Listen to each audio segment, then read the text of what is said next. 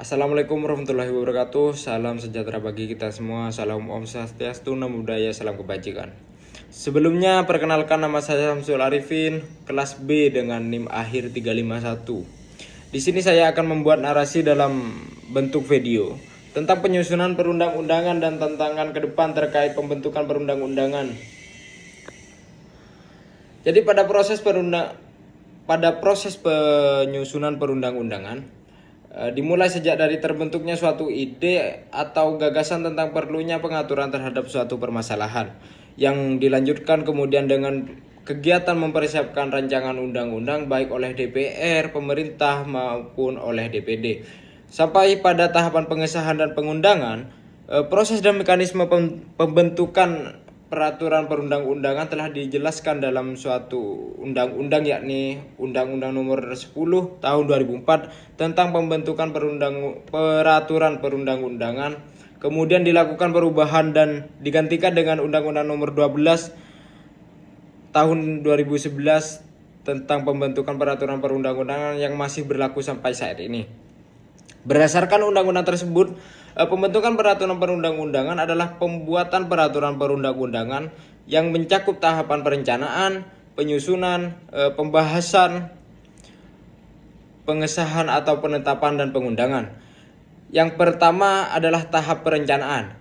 Jadi di tahap perencanaan dan penyusunan inilah suatu rancangan undang-undang ditentukan prioritas atau tidaknya untuk membentuk, kemudian dibahas bersama antara pemerintah dan lembaga legislatif. Perencanaan adalah tahap di mana DPR dan Presiden serta DPD terkait RUU tertentu menyusun daftar RUU yang akan disusun ke depan. Proses ini umumnya dikenal dengan istilah penyusunan program legislasi nasional atau prolegnas. Lalu kemudian hasil pembahasan tersebut kemudian akan dituangkan dalam keputusan DPR. Program legislasi nasional selanjutnya disebut prolegnas, adalah instrumen perencanaan program pembentukan undang-undang yang disusun secara terencana, terpadu, dan sistematis.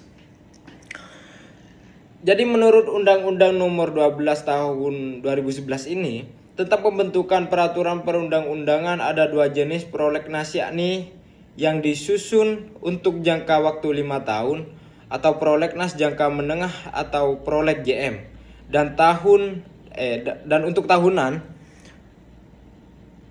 yaitu prolegnas prioritas tahunan atau proleg PT.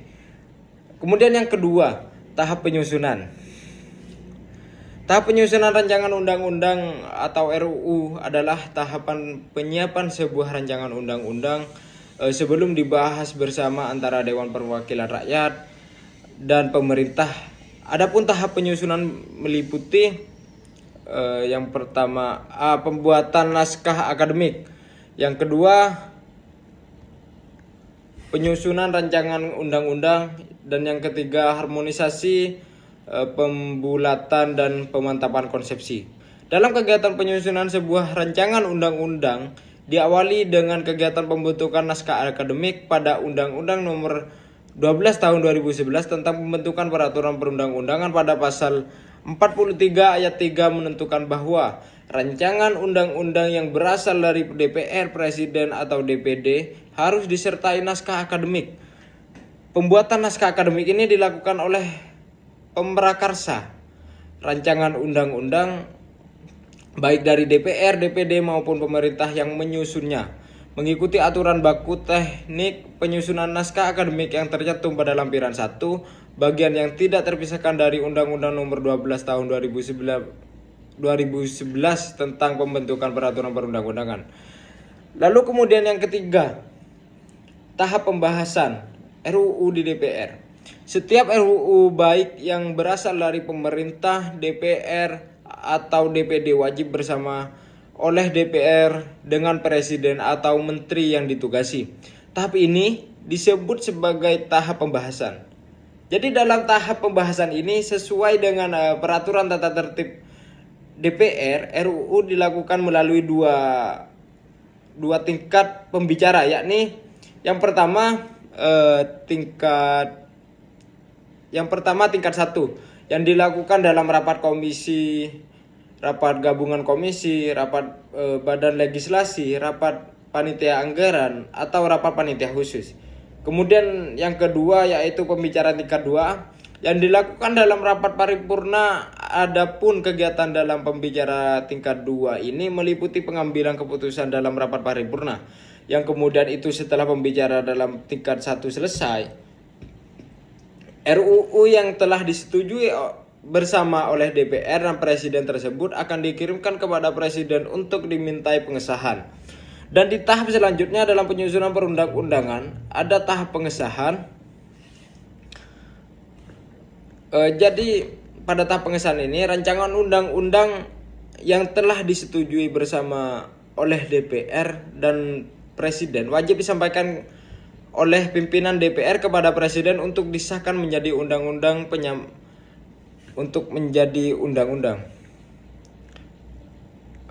Jadi penyampaian RUU tersebut dilakukan dalam jangka waktu paling lama 7 hari terhitung sejak tanggal persetujuan bersama.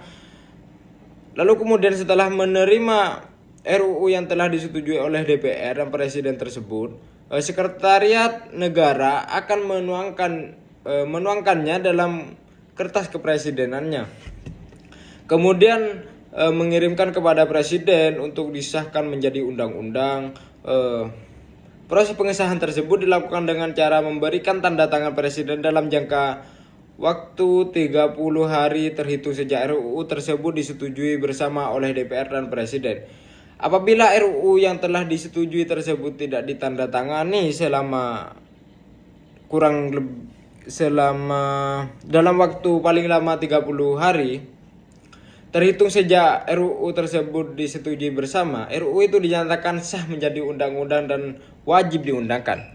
Jadi sesudah itu, menteri yang mengundangkan tersebut akan menandatangani pengundangan undang-undang tersebut dengan memberikan tanda tangan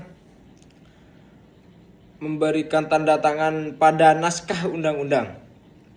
Kemudian menyampaikan kepada Menteri Sekretaris Negara untuk disimpan sesuai dengan peraturan perundang-undangan yang berlaku. Kemudian tantangan pembentukan peraturan perundang-undangan ke depan, yaitu dalam tantangan pembentukan peraturan undang-undang adalah salah satunya dalam penetapan prolegnas.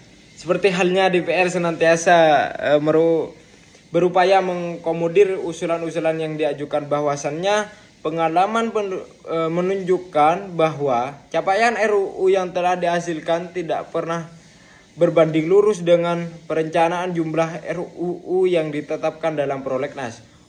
Nah, untuk itu perlu dicarikan solusinya, antara lain perencanaan RUU dalam prolegnas hendaknya didasarkan pada realitas kebutuhan lah.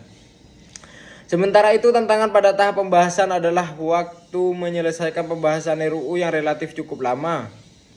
Jadi pada umumnya lamanya pembahasan itu dikarenakan perbedaan pendapat yang cukup tajam, baik antara fraksi maupun antara DPR RI dengan pemerintah.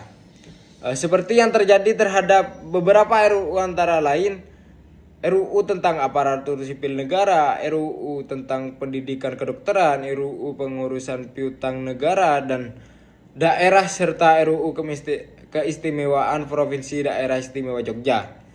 Lalu hambatan berikutnya yang terjadi dalam pelaksanaan dan pemberlakuan undang-undang di masyarakat. Banyak sekali undang-undang yang telah disahkan diajukan uji material ke Mahkamah Konstitusi. Bahkan DPR RI itu memandang banyaknya undang-undang yang diuji materialkan tersebut bukan berupa suatu-satunya ukuran mutlak terkait dengan kualitas undang-undang. Sedangkan perkembangan demokrasi di Indonesia telah menghadirkan lembaga negara baru, yaitu Mahkamah Konstitusi atau yang biasa kita sebut MK. Sebagai penafsir konstitusi yang salah satu tugasnya menguji konstitusional undang-undang terhadap undang-undang dasar. Dalam setiap pembahasan RUU, DPR RI selalu mempertimbangkan konstitusional setiap rumusan, antara lain melalui kajian-kajian dengan mendengarkan pendapat ahli konstitusi maupun pelaku perubahan UUD 1945 mendapat original intent. Namun selain hak itu perlu disadari, jadi tidak semua kepentingan dapat diakomodir dalam undang-undang. Terlebih apabila terdapat pertentangan sehingga dapat kecenderungan untuk menguji konstitusional undang-undang tersebut ke Mahkamah Konstitusi. Mungkin sekian tugas membuat video kali ini, kurang lebihnya saya mohon maaf. Wassalamualaikum warahmatullahi wabarakatuh.